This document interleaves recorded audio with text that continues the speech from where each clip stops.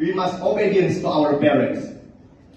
Ridallah bi ridal walidaini wa suhtullahi fi suhti walidaini. The satisfaction of Allah is in parents' satisfaction, and Allah angry is in parents' angry.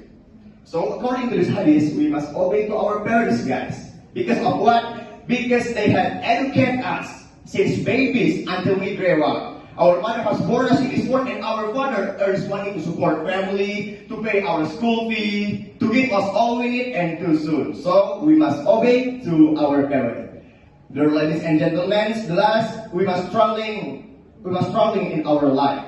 The man who doesn't struggling in his life is dead. So therefore, let's struggle ever and whenever for our religion, for our school, for our country, for our dreams, and the important thing, for the sake of Allah the Almighty. So guys, before I close my speech, let me to give you all one Arabic motivation. Laulana faman siwana, laulal ana famata. If not us, then who else?